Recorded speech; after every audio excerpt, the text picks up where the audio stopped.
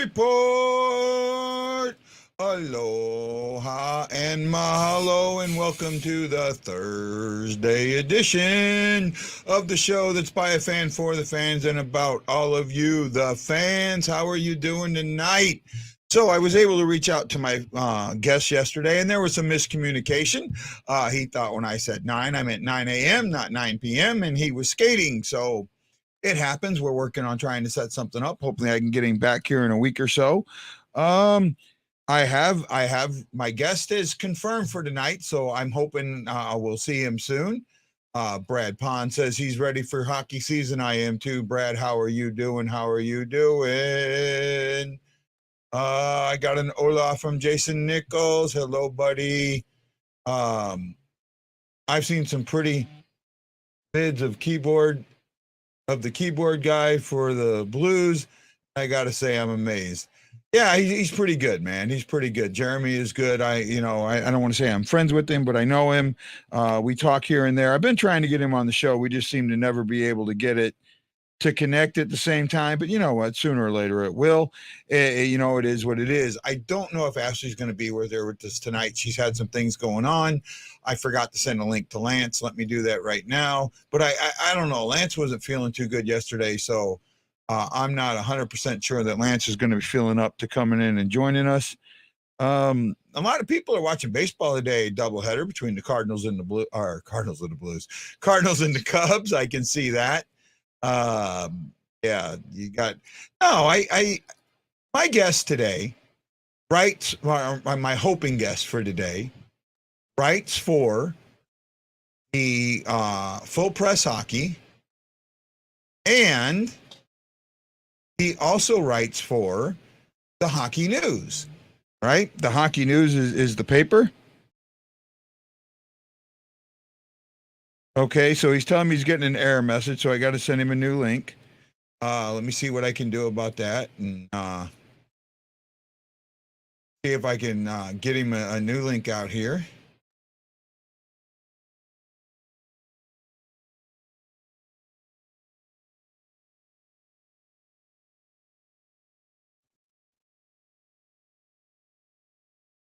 I hope that works. Let me click on it, make sure it'll work for me. I'm working, guys. We're working, guys. We're trying to get you here. We're trying to get it here. See if it comes up. Sometimes it's issues, but we know that. Adam's trying to get here. Adam wrote a article for the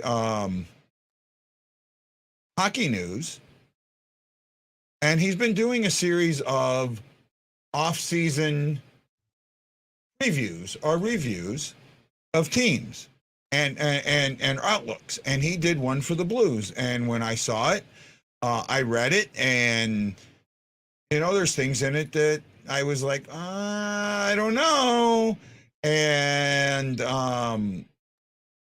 I reached out to him, and we had a good talk last weekend, and he offered to come on the show. I'm hoping that this invite will work. I'm not sure what's going on with my StreamYard a little bit. So I've been told before that people have gotten the errors with it. I'm not sure. So I can try again. We're working on it. We're trying to get it figured out.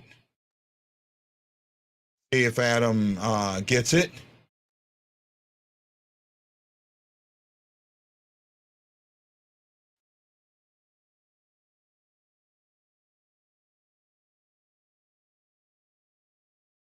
I'm hoping we'll get Adam here, and some others.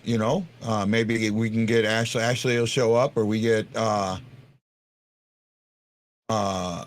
Lance to show up. I don't know. Oh, almost. There we go. Okay, everybody, how you doing? First of all, I want to say thank you for joining us on the Thursday night, and I want to welcome in my guests from the Hockey News and Full Press Hockey. And I hope I don't kill this. I think your name is Adam Proteau. Is that right, bud? Adam, can you hear me? No, not quite. It's the U at the end that usually throws people off. Yeah. Are you there? Yeah, I can hear you. Yeah. Okay. You're freezing a little bit, but I can hear you. okay. How do you say your last name, Adam? Hello? Yeah, I'm here. Are you there? Yep, we're here. Okay. I'm not sure what. It's Proteau. Proto. Okay. Yeah, I seen your Yeah, it's thing, Proto. prototype, and I PRO. wasn't It's sure if almost like a that was a PRO play on it. So TO. yeah, Proto. So Adam Proto. Adam writes for Full Press Hockey, and he also writes for Yep.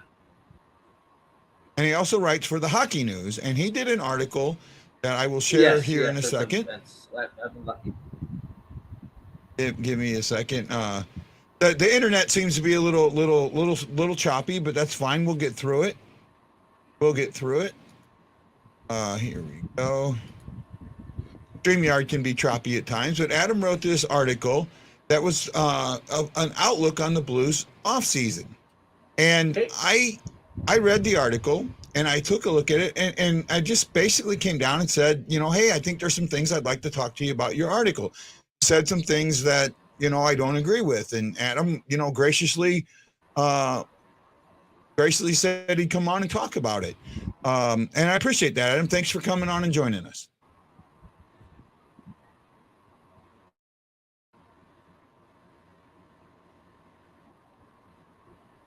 Are you still with me, Adam?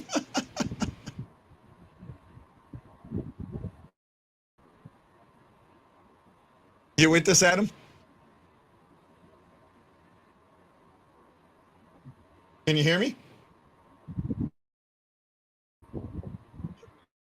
Yeah, pleasure, and I'm always happy to have debate and discussion and disagreement. That's what makes this business fun. Yeah, for sure. I think you obviously follow the team as close as anyone. Sorry. Yeah, no, we're You good. still there? Your internet might be a Yep, I little can still choppy. hear You know you. what you might want to do, Adam? You might want to log out and try and Can log you hear back me? in and see if that'll clear it up. It's real choppy, bud. Still there? Yeah, we're here, but you're choppy. I'm just getting a choppy feed. Yeah. Right. He's gonna try and log, guys.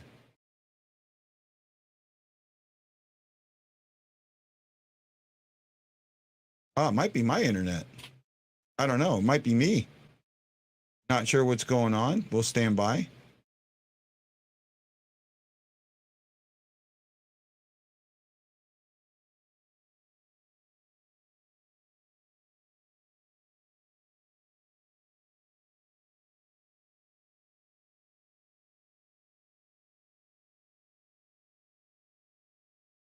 Well, we'll stand by, see what happens. I'm waiting to see. I guess maybe my internet got a little choppy here. He should pop back in here in a second.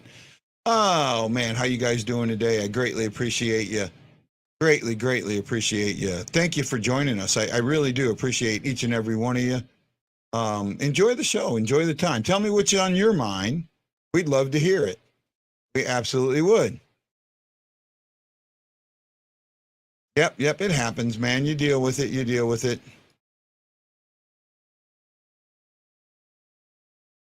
Oh, I didn't know that. So maybe it is my stream. All right. Hopefully, we can get Adam back here. Oh, looks like it. This might be. Let's see if this is going to work a little better. Waiting to see his face pop up. Oh, there we go. Let's try this now. Let's try this again. Can you hear me okay, Adam? Yep, I can hear you fine. Yeah, sounds good, man. Yeah, sorry about that. I don't know. The internet, I guess the internet's a little laggy today, not working good. Okay. Right? Oh, that's okay. No worries. I know how it goes.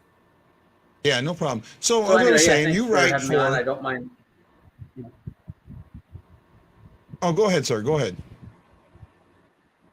Okay, no, I was just going to answer the question you had given me before we lost contact about the Blues article, and you reaching out to say you disagreed with some things in it, and to me that's fine. I think that's why we have fun on the internet is disagreement and debate. And, I know you watch obviously all the Blues games that are out there. I try to watch as many games for as many teams as I can, but I don't get to see every game. So maybe my perspective is a little different than other people's in that regard. But, happy to come on, and thanks for thinking of me. No problem. I really appreciate this. One of the first things you wrote right off is and you need to know, I need to preface this, I have a Tarasenko love affair, right? So when anybody writes something bad about Tarasenko, I'm going to disagree with it. And that's just my Tarasenko colored glasses I wear.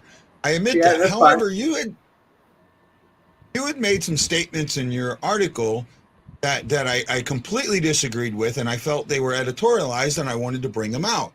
You had said that you felt he was disgruntled, and then you'd also said that he was a problem in the locker room. Now, I know I reached out and I talked to you about this. I don't see it. I don't see that, and I haven't heard anything that's come out, even whispers that there's any issues with Tarasenko in the locker room, right? Okay. And I'd like to know why you feel that he's a locker room issue.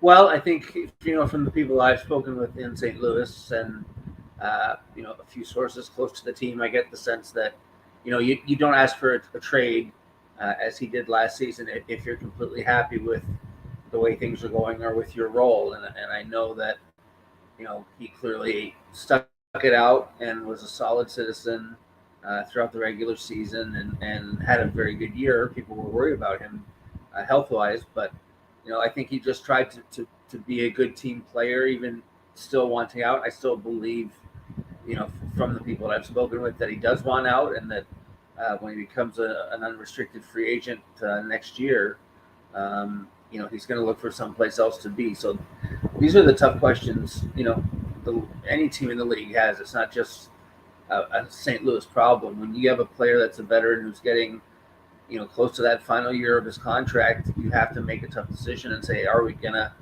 find a way to fit him into the salary long term, or are we going to trade him and try and, either replenish, what prospect depth pool we have of young people, or see if we can get other players that can help us right away, which is, kind of the dilemma that the Calgary Flames faced, right, when they had, Gaudreau and Tkachuk. And I don't think, Tarasenko is the exact same type of player or is in the same scenario, but, from what I understood, I believe his request hasn't gone away to be traded.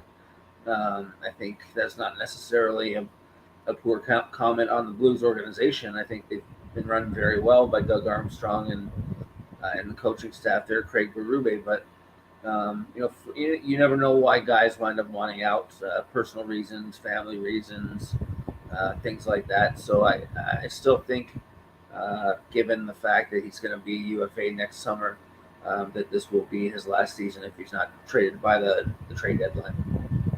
Yeah, well, see, now I do have a source, and it's a very good source, and I will admit I haven't talked to this source in a while.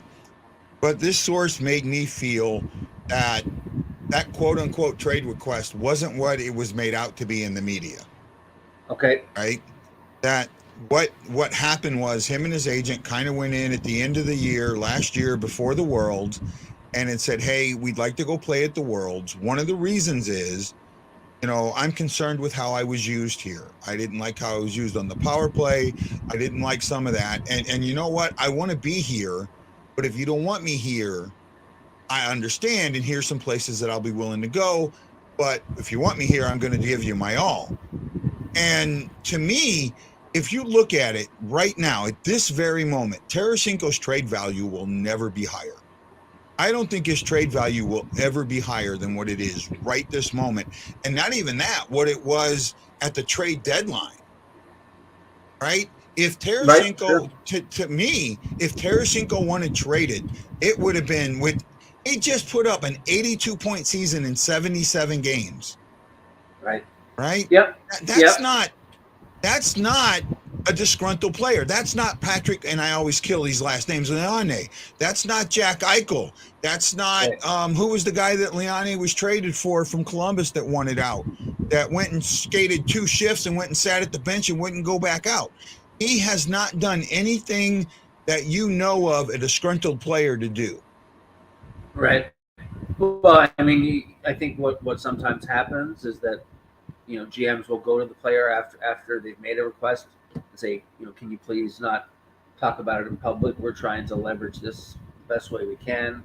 And the only way that you do that is by kind of sitting on your hands and hoping a deal gets made. So I understand where you're coming from. I think, whatever source I have and whatever source you have obviously don't agree.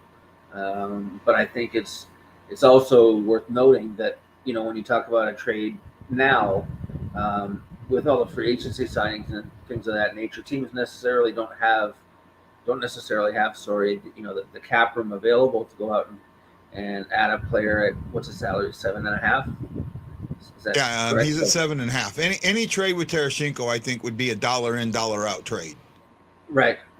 Yeah, but it's hard right now, right? Like you're seeing, teams like Buffalo and other teams that have theoretically a lot of cap space not using it or having used it all up. So I think until training camp happens now, you're going to see a few players unsigned. I talked about that today on the hockeynews.com, and you guys like Phil Kessel, who in my mind might make a good replacement for David Perron in the short term, right? He's got the experience, he's got the skill still, I think, as a playmaker. But again, teams are tight against the cap, and so I think if you wait until the season when there are going to be injuries, you're going to have some ups and downs. That might be the time to more effectively find a better trade partner that satisfies everybody. Well, here's the thing with that, and that was the other point of your article that I think a lot of people are missing this, right? David Perron had a resurgence in his career the last couple of years, and I admit that. But he did go from a point per player game to a 0.85 player per game. He did show somewhat of a little bit of regression between 21 and this year. And also, something else happened during this season that opened my eyes to something. I love the undercurrent of the game, right? Mm-hmm. In 2021, St. Louis Blues fans were absolutely livid that Craig Berube would constantly sit young guys and get beat by speed. Then he would take a guy like Zach Sanford, who would make mistake after mistake, and leave him in there, right? Never bench him for any mistake, but keep guys with speed on the bench. In December of 22 or of 21, of the 21-22 season, the Blues got hit by COVID, really for the first time, right? In 21, the St. Louis Blues did not miss a game because of any player having COVID, right? They were one of the few teams where almost we didn't have a player get COVID until the playoffs. Right. Yeah. Perron was our guy that got COVID. Right. He got COVID right before the start of the playoffs. This year, with all of those COVIDs, young guys, Clem Costin, Dakota Joshua, Josh Brown, Torpachenko, you had Charlie Lindgren get put in there. You had Hoffer get put in there. You had these young guys get put in these situations. And you know what? They performed. The Blues had a good December. And I think Berube saw that. In March, the Blues veterans didn't have a good March. Good March. And he sat a lot of those youngsters instead of giving them the time. But in April, when he brought them back up, look at what Thomas did. Look at what Kyrou did. Look at what Brown. These young guys, showed that they could play these positions. And I think with taking Perron out of the equation, you now open up for much younger guys to fill that void, right? You still, Yeah, with sure. Perron gone, you still have 8 20-goal eight 20-goal scorers on this team. They should Right. have between, I'd say, 6 to 7 20-goal scorers next year, if not more. Yeah, you could be right. I mean, I guess I just have a soft spot for Perron. And I get that. A lot Yeah. of people do. My normal co-host, Ashley, she absolutely loves Perron. She thinks we Right. have a big hole with Perron, right? Yeah. I mean, his experience, you can't take that away from a team. I think there is a deficit there. But to your point, I think you need to have that consistent turnover of players at some point, right? Whether it's just peripheral players or complementary players, or eventually your core players. That's what the salary cap is designed to do, right? I mean, Yeah, it's it's designed to whittle away at what you have done as a championship team, and you've already seen it happen again with the Avalanche this summer. I mean, I don't know too many Stanley Cup teams that win a cup and then let go of their starting goalie that won them a cup. So I think yeah. the deeper we get into the entanglement of the salary cap stuff, the harder it is for GMs to make decisions on veterans they want to keep versus young players they want to give a chance to, primarily because, well, A, they're young, but B, they're cheap. And I think that might have been a factor into not just Berube's decision, but Doug Armstrong probably pushing him in that direction, noting that, hey, if we're going to sign our young players to long-term contracts, we need to have a pool of cheaper guys surrounding them. Yeah. And by playing them, in place of a guy like Perron, then that's the way that you do it. Yeah, I mean, everybody needs cap space. Really, everybody does. Nobody's sitting there. If you want to spend to the cap, you're going to spend to the cap, and it's easy.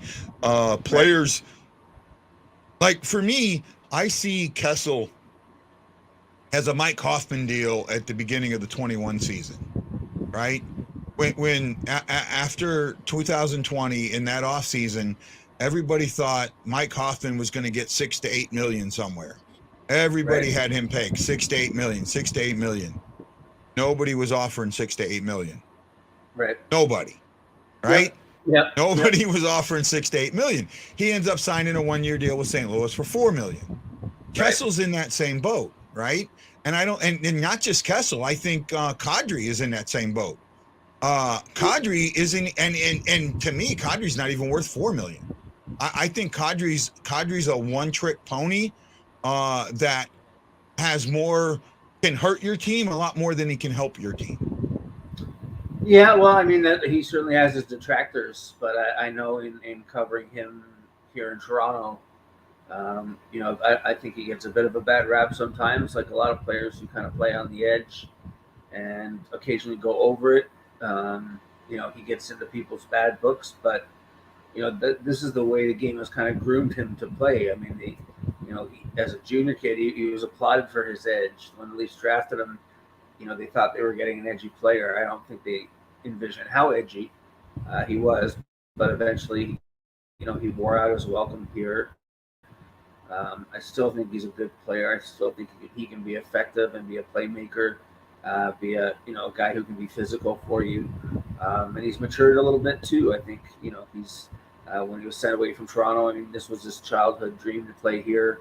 He had that; it kind of slipped through his fingers, and then he sent to Denver. A place where you can hide out. You don't really have to deal with the daily pressures of being an NHLer. You started to see him, really relax and settle in there. So I don't see him as in this exact same boat as a Kessel type because he's younger. I think he's stronger at this stage. I think Phil will probably sign a deal for 1 or 2 million, if not cheaper. I think he's made almost $92 million in his career, and he's just looking to probably go out with a winner in these last couple of years. But Kadri, I think this is his chance at a really big contract, and I think that's why you're seeing him wait again for the same reason I mentioned before, so that a team will have the cap space open up in by hook or by crook, and sign him. And there's a good source of mine who says on Twitter as well, he's a professional scout, Mark Seidel. He believes Kadri to the New York Islanders is basically a done deal. Just Lou Lamoriello has to figure out a way to make it work. Salary Well, see, that's the thing. So, What good is it to give up two players that are giving you 70 points to bring in one player that's giving you that will probably only give you 40? He's not going to give you 87 points on the Islanders. Well, What's going to happen? I was just gonna say, I think it depends who you play him with, right? I mean, the Islanders, if the Islanders are the team, do you play him as a winger? Do you play him with Matt Barzal? I mean, I think that's probably not the case. I think you probably want him as your number 2 center.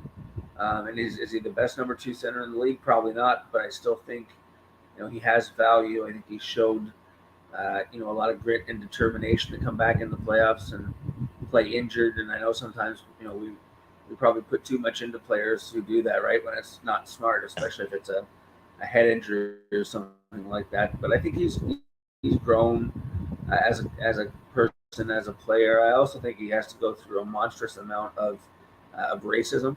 To be honest, that I'm not sure how other players would deal with if they had to wake up every day and be screamed at on the internet or be criticized heavily just because he's a Muslim player who loves the game. So I think getting to know Nas a little bit makes me understand why people still like him and people still want him, because he is a good teammate. He is somebody that cares about his team. And I think he is a little bit better than a 40-point player, really. I think he's, 50, 60 points. Wow. This is probably his peak, but we can agree to disagree on that too. Well, here's my thing, and this was something that I can't believe, and it didn't get reported. After he scored his second goal, he went screaming at the Blues crowd, "I took out your fucking goalie." Right? So I mean, I have that. One of the guys that This is Kadri saying that. Yeah, Kadri was saying that from the rink going around. Wow. No, I hadn't heard that. Yeah, well, because it didn't get reported. Nobody wanted to report that he said that. That's pretty unprofessional. Yeah. Well, he's an unprofessional player. Right. Well, yeah. I'm sorry. See, I still feel. Well, again, I think he's one.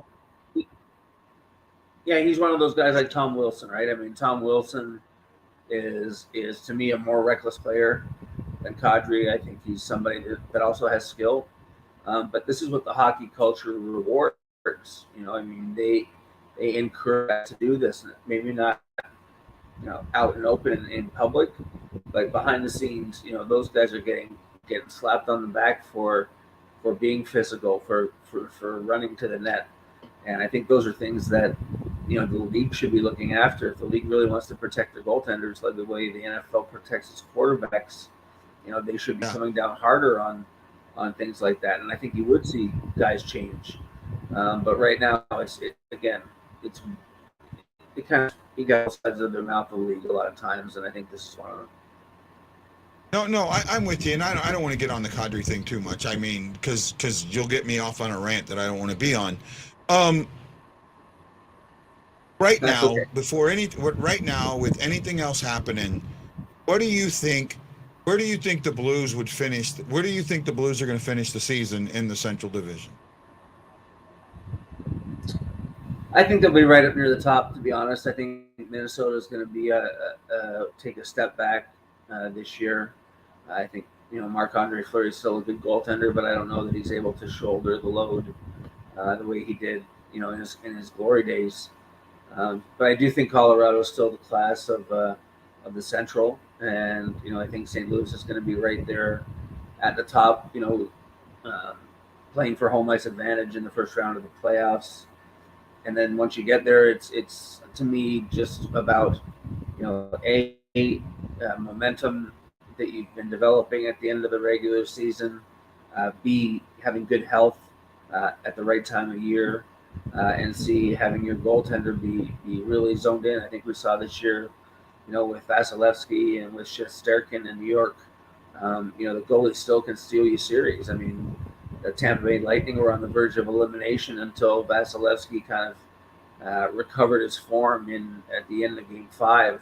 And for those final 2 games, he was unstoppable. So, I think the Blues have a guy in Binnington who has shown he can thrive still, and you don't necessarily have, the same cushion that you had in Husso. But as long as Binnington's in good shape, I think that the Blues defense is top notch, one of the best in the league. And I actually see that was the Sorry? other point that I disagreed with you on. Is I actually think Grice is a upgrade on Husso. Oh wow! Okay. Well, and this is why. Okay, you look at his numbers in Detroit and you go, "Oh my God, they're bad." But then again, it was Detroit. They didn't have anything. Right.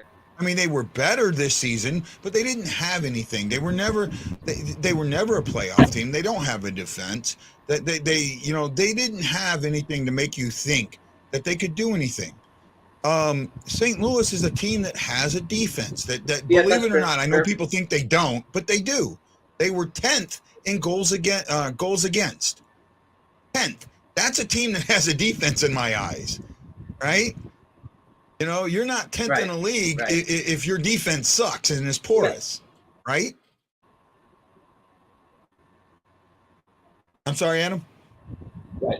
Right. Well, again, I think Grice is a little bit up there in age. I worry about Grice's health, and he's bounced around the league quite a bit now. So you just never know. I think with especially the way goalies being injured at this crazy rate, it's almost like baseball pitchers where the wear and tear on them from childhood is making them increasingly fragile as as by the time they get to the NHL and playing butterfly all those years.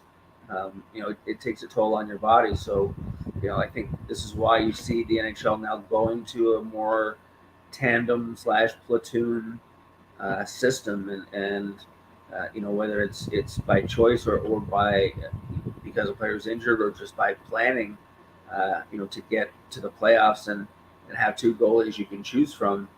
I think that's the real question now. And I even look at a place like Pittsburgh where, Tristan Jarry has been a pretty great regular season goalie the past couple of years. But once the playoffs have rolled around, it hasn't been that great. And, Mike Sullivan, the coach, hasn't leaned on Casey DeSmith, their backup, for whatever reason. I'm not sure. To me, it sure seems like he's not that confident in him. But such is the state of goaltending in the league that, you have to take a chance. You may be forced to do it. So I guess they went with the devil they knew instead of the devil they may not have known with a different type of backup. But I think Grice he's a decent enough goalie. I don't think he's the kind of guy that will win you games long term, especially in a playoff series. But as long as the offense is there, as long as he's getting some type of run support, then I don't think he's the worst goalie in the world. Well, here's a number for you. Let's see if I can remember this number completely right. I think the Blues were 49-2, scored 4 goals or more. Wow. Pretty impressive. They were 9-17-10 when they scored 3 goals or less. Really? I don't think run support's going to be an issue. No, neither do I. I think as I was saying, I think there's depth. Throughout the lineup, the defense can contribute. Re-signing Nick Leddy, I think, was a pretty savvy move, and you've got a good balance there of young-ish guys and guys that have been through the ringer. So I like St. Louis a lot. I think it would surprise me to see them facing off with Colorado again. I don't see Colorado making the playoffs. Whoa, say what? Yeah, wow. I don't see Colorado. I think everybody's missing the boat on Colorado. I think everybody's giving Colorado way too much respect. First of all, I think they won the Stanley Cup with one of the worst goalies ever to win a Stanley Cup. And then the guy they replaced him with is worse. Right. I think Gorgiev is a step back from Kemper, and Kemper wasn't that good. Hey, that's fair. I don't disagree with anybody having their choice of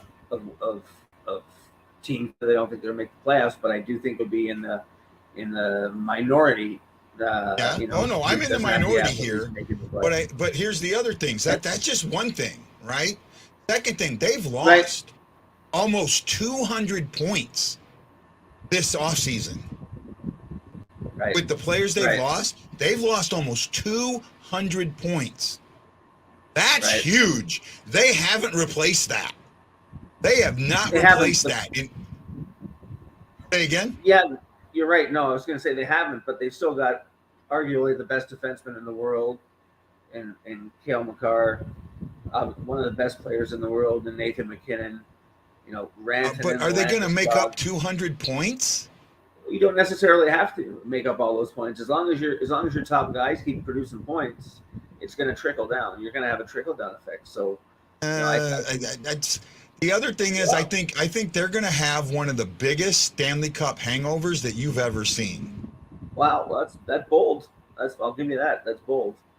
Well, look at what they did this season. They went into this season and it was cup or bust. That was it. That was cup or bust. They played this season with that attitude. Right. Okay? And they even started the season off slow. They did not start the season off as a house on fire. They didn't take first in the division until sometime in January. Right. Right? St. Louis and Minnesota were buying for first and second until January. Right? They had all these games in hand. They still got there. Yeah. Oh, they got there. I get that, but it wasn't. They didn't come out and dominate the league from the get-go. No, you know but I think that was with the new goalie too. You know, they have to factor in the new players. So I think, you know, I just think there's for me there's too much talent there. Their defense, you know, even beyond Makar, you know, Bowen Byram is going to be a fantastic young player in this league for a long time. You know, I think they've got an ownership committed to spending whatever they need to, you know, like a lot of teams, and you know, I just don't see that type of serious regression. So who are your 4 playoff teams in the Central then? Well, one of them you'll think I'm absolutely nuts. So I have the Blues winning the division, right now. Who do you think's going to win? Say again? Okay. I have the Blues winning the division. I have Winnipeg second and Minnesota third. Wow. And I only see 3 teams from the Central getting in.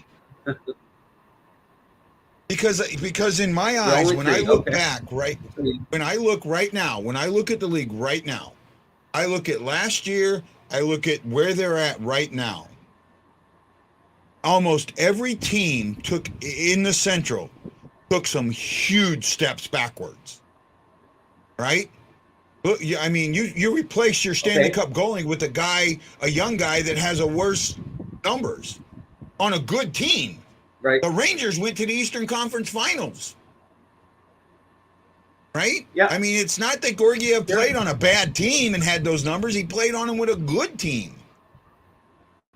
Right? I agree. Right? I see that step back there. I know Minnesota's taking a step back, but I think that there's some other I think that as bad as the bottom part of the division, I think Dallas took a huge step back. I know some people think Nashville took a step forward. I haven't chewed on that enough yet. I'm still not there with them. I think that Nashville still doesn't have. They got players, but they don't have an identity. Does that make sense? It's like having. It's like the Blues in 95 or 96 when Gretzky came. They had all these great players, but they had no identity, and that showed in the playoffs. That's what I think Nashville is. I don't think Nashville has an identity yet. Okay. So who are your 5 playoff teams in the Pacific then? I look at the Pacific and I see Edmonton is still being a playoff team. I see Calgary is still being a playoff team. I absolutely see the Kings as being a playoff team. I think that Vancouver's going to be there, and I think the Ducks have a hell of a chance of being there. Wow. Yeah, well, I mean, stranger things have happened, but I don't know that Pat Verbeek has done anywhere close to remaking that franchise, you know, in his own image. And you know, I think Vancouver also is still kind of in the midst of still figuring out what their identity is and whether they want to. Actually, I think Proteau has. I think you're going to see their identity very, very quickly this year. I think you're going to see. Also have to factor in the fact. No, sorry. Go ahead, man. Yeah, to me, I just think JT Miller is going to be traded in Vancouver. He's in the last year of his deal. They don't have the money to re-sign him. There are going to be teams lining up to pay JT Miller a lot of money. So I think Vancouver with Alvin, their new GM, he understands that the work there is not done. Bruce Boudreau is a great coach, and we'll have them as relaxed as possible in that market. But there's a huge competition there. I think Vegas is still going to be in the conversation. I don't even. You know what? I see Vegas at the absolute bottom of that division. Really? I think the Eichel contract. Well, look at him right now. Now. They're I think I looked yesterday. They're $6 million over the cap, and they only have 16 contracts. Right. Right. Oh yeah. They're going to have to get rid of so many guys. They're going to end up playing with the top 3 players and an EHL team. Right. Yep. I think you're right. I think that said, they are going to get some good play. They still have good players, and they will after this cap stuff has ended. But for example, like I don't like Winnipeg at all. I think they are the definition to me of that mushy middle, mediocre part of the NHL where you don't want to be, where you're not bad enough to be at the very bottom, but you're not good enough to be in a playoff position. And I think. But there's one thing that Rick Bowness has said. When Rick Bowness got hired, there was one thing that he said in that press conference that stuck out to me that I think a lot of people missed. When he was asked about Hellebuyck and playing 70, 75 games, he says, "No, I don't think that's going to happen. I think we're going to look to more of a standard." And when he said, I think that Vancouver ended up where they are, Winnipeg ended up where they were because they basically wore him out. If you can keep him fresh down the stretch, you're going to get those wins. You're going to get those wins. You're going to build on that momentum. You're going to trust in him. You're going to get those wins. I think Bowness, and this is Bowness's last chance. I admit that. He hasn't been the greatest coach. He's only had one really good season, and that was the bubble. Bubble doesn't happen. Dallas doesn't go to the Stanley Cup Finals in my eyes. So, so this is his chance to put his stamp on it. And that's the other one, that the Scheifele and Wheeler. I have a feeling that Bowness could switch those two guys. I mean, really change their attitudes about what they can be and what Scheifele and me. Scheifele is the quiet superstar. He's the sleeper. He's the guy that doesn't get the credit for what he does. In some ways, I compare Scheifele to McDavid. I think that they're almost on the same level. Not points wise, but point wise. But when you look at talent and what they can do, and actually, in one way, I think Scheifele's better because Scheifele will elevate the players around him where McDavid doesn't. Well, I'm not sure I agree with any of that, to be honest. But, I think the Jets, if you look at what happened, Paul Maurice got out because he saw that mediocrity had kind of set in there, and there's a malaise there. And I think that, you look at the team, Pierre-Luc Dubois, there's a question about him, wanting to sign long-term and maybe, getting a big push as an RFA from the Montreal Canadiens. Obviously, the Canadiens are always in the market for French-Canadian players. So, I just look and I see a team, for me, again, that has good players but is somehow less than the sum of their parts. I think that that's true of Scheifele too. He's got to accept some ownership for what happened last year. I don't think it was a fluke, and I don't think they took so many hits to their defense core. With Dustin Byfuglien retiring, trading Jacob Trouba, or saying goodbye to Jacob Trouba. They've taken little by little. They've had their talent, their depth of talent whittled away, and I think the fact that they were waiting on Barry Trotz, the Manitoba native, to jump in and take that job. And Barry Trotz said, "You know what? I'm going to wait out the year." To me, I think that's a pretty. To me, that's I think that Bonus is going to go in there and sell the island of misfit toys. Well, And yeah, I I mean think, that's his job for sure. and I think that he can sell it there. I think he can sell it, right? I think he can sell that's who and what we are, and that's what we can be. And you know what? No one wants to do. And I think he can take Pierre-Luc Dubois. I think he can take Scheifele. I think he can take Wheeler and really get those guys to perform at the level that they're supposed to perform. And Winnipeg, that arena, that fan base is a rabid, good fan base. That Sure. if those guys are playing that way, could you imagine? I mean, that building. I mean, it's loud Yep. and raucous enough when they're losing. Imagine when they're winning, what that does to a team, how that can Sure. raise a team. Yep. No, that's a fair point for sure. But I think they've also had Kevin Cheveldayoff as the only GM they've ever known since that team returned to NHL Yeah. prominence. And I wonder how many more years are you going to give to somebody you know if things pan out closer to the way I see them. I mean, if things pan out the way you see them, then great. Cheveldayoff's vision is still intact, but Yeah. if they're out of the playoff race by December or January, which I think is a distinct possibility, do you give the reins back to Cheveldayoff again? I don't think that you should. I don't think that he's earned it.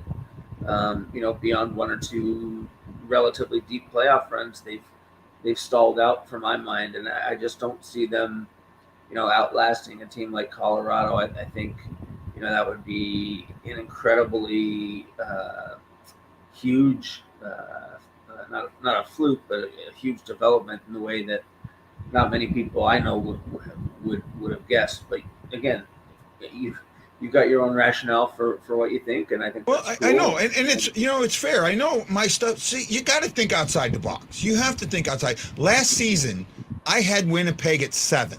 Everybody else, and I mean everybody else, had Winnipeg at 3rd or 4th. A lot of them had Winnipeg above the Blues.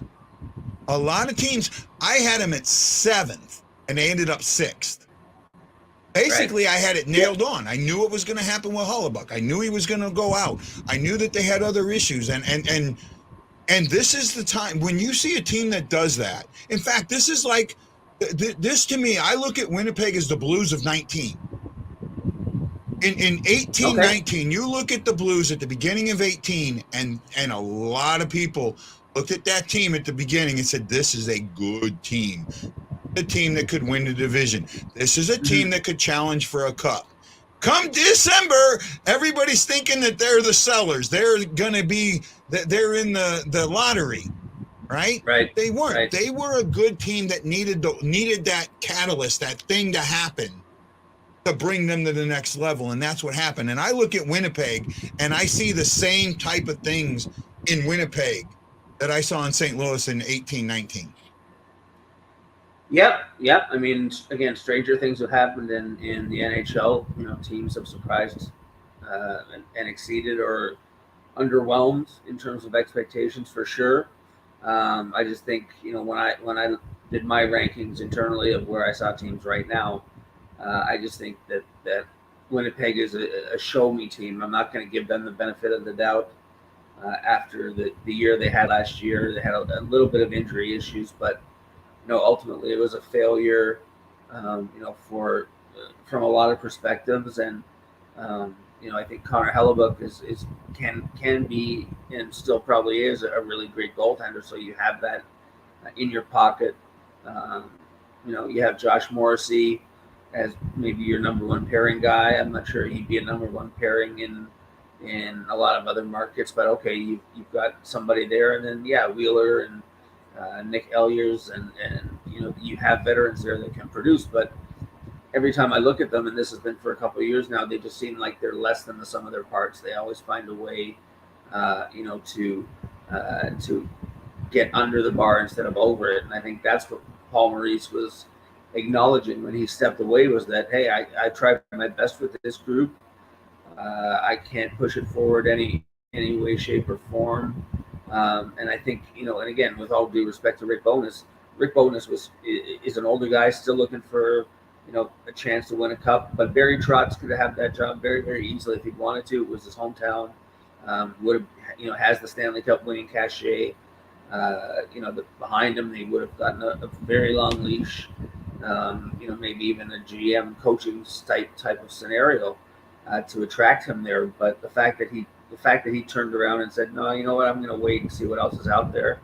I think to me said a lot about what a lot of people believe is going to be the. I actually see, and I see what you're saying. I do, but I look at Barry Trotz. Barry Trotz is in that ilk of coaches like Berube, and I can't think of the guy that just took over Philadelphia now. His name. Yep, John Tortorella. Tortorella. He's a disciplinarian coach. He's one of those guys. He's one of those, he's an Agent Gibbs on NCIS. Okay. I don't see him that way. I don't see him that way at all. I think he's if you talk to people when he was in Nashville all those years, he was beloved in the community. His players would play through a wall for him. That's why he doesn't mean it doesn't mean that he was a totalitarian, that he wasn't a totalitarian. But I think he recognizes that in today's NHL, you can't be a totalitarian. There's just no way to do it. And that's why Tortorella has changed too in Philly. He's even in Columbus, he's not the same asshole, frankly, that he was in Tampa Bay, that thought he knew everything in the world and thought he could order around players and tell them what to do. I think you have to be more delicate, and I think that's why when Trotz went to Washington, it would have been easy for him to be a hardliner jerk, but he very carefully, I think, judged each player individually on their own merit, and got the most out of them, and then went to the Islanders and did a very good job right off the bat with them there too. Yeah. So, to me, when he went to the Islanders, he had. Well, for me, in both those situations, when he went to both the Capitals and the Islanders, he had talent already. Yeah. Oh, right? Sure. Right? He had talent, and he was able. But he's got talent. He's got talent in. They've got a bad locker room in Winnipeg. I admit that. Okay. Right. And I think that there's a chance that Bowness can come in and fix that locker room, and I think he's going to do it. I think Bowness is one of those guys, and I saw it in Dallas. He's one of those guys that brings honey instead of vinegar, and I think that's what that organization may need. They may need a little honey. They may need a little us against the world. They may need to see that to take that next step. Sure. And Blake Wheeler's going to be, leading the charge in that respect. I mean, I like him a lot as a person, as a player. I think he doesn't take losing very well, and but he's got another 2 years in his contract there too. So, you never know if he might want out at some point. I think, they'd be able to again really take a hard look at their lineup long term and say, do we have the young players that are going to make us as good as Colorado was, and have those type of players? I'm not sure that they do right now, and I still think a guy like Dubois, even though he's going to be treated very well. Some players like playing in, at home. Some players will, cut out their RFA years so that they get to be a UFA very young and be like a Johnny Gaudreau with Columbus, right? I mean, there's no rhyme or reason to him doing that. He eventually wanted out, and I think Dubois in some ways is, clearly didn't want to stay playing Columbus to begin with, but I'm not too sure Winnipeg's. Yeah, I think. I look at the Gaudreau thing a little bit differently. I actually see rhyme and reason in the Gaudreau thing, right? Okay. I really do. First of all, in Calgary, he was anointed, right? Johnny Hockey. Oh my God, he's going to do all this. He's going to do all that, right? And it was something that unfortunately he could never live up to. Now they got Tkachuk, and it helped. But he could still never live up. He could never live up to, especially in a fishbowl like Calgary, right? Calgary's not as big of a fishbowl as Toronto or Montreal is, but it's still one of those hockey cities where, St. Louis has maybe 3 beat writers. Calgary's probably got 10, right? It's still a hockey fishbowl, right? And that, No I question. don't think No that he could question. have ever have lived up to that. But here in Columbus, the expectation is different, right? The expectation is different. The expectation isn't we're going to the cup now. The expectation is we're going to play the game right and win and see what happens. And it's also, I do know, he has said his father's sick. He wanted to be closer to him. Being in Canada, he couldn't just fly on a weekend because then he had all the COVID restrictions still. So that had a lot to do with it. So when you look at what Columbus offers him an opportunity to get out of the spotlight, focus on his game, and possibly become the real Johnny Hockey we thought he was going to become. Yep, there's absolutely. I'm sure that's the goal for him and for the team in Columbus. And Jarmo Kekalainen, the GM there, is a pretty respected guy in hockey circles. So I'm sure they're going to do a good job, looking after him. But that Blue Jackets team still has a ways to go. Yeah, for me, they still have a really tough go of it in the Metropolitan Division. That's going to be a huge dogfight to see which team, if there are four or five teams, carve out a playoff spot. I don't think it's going to be 5 because I think the Atlantic Division is going to be more competitive, and Boston may not make it in the grand scheme of things. Yeah. Calgary just won the Tkachuk trade to get into the first round. I think. Right. Breaking news. Huberdeau signs for 8 years in Calgary. Well, yeah, I mean, in a lot of ways, I think, they got a very good haul back for a guy that people. Yeah, right. Right. Well, yeah, and I think they just won. Especially knowing that you were over a barrel with Tkachuk, knowing that. Well, I had said that unless they sign. I think for me, they again, I think the Pacific. Say again, Bud, you're breaking up a little bit.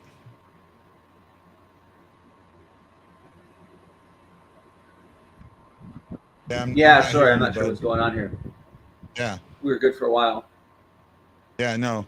No, I think Huberdeau just signed an 8-year deal there.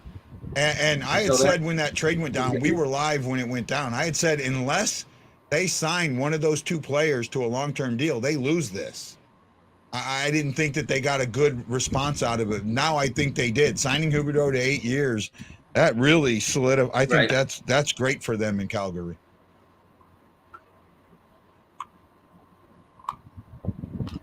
Yeah, I think they're. Oh, still there? Yeah, I'm still here, bud. Lost you. No, I'm still here. Okay, yeah, and all I was going to say was I think the Flames were under a lot of pressure.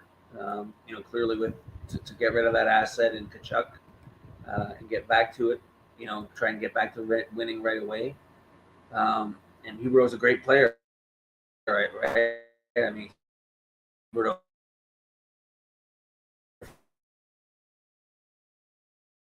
Well, we're starting to have the internet issues again. I apologize. Yeah, 10.5. Plug on his tenure there, but to a guy like to get Uyghur. Yeah, you're freezing up on me a bit, bud.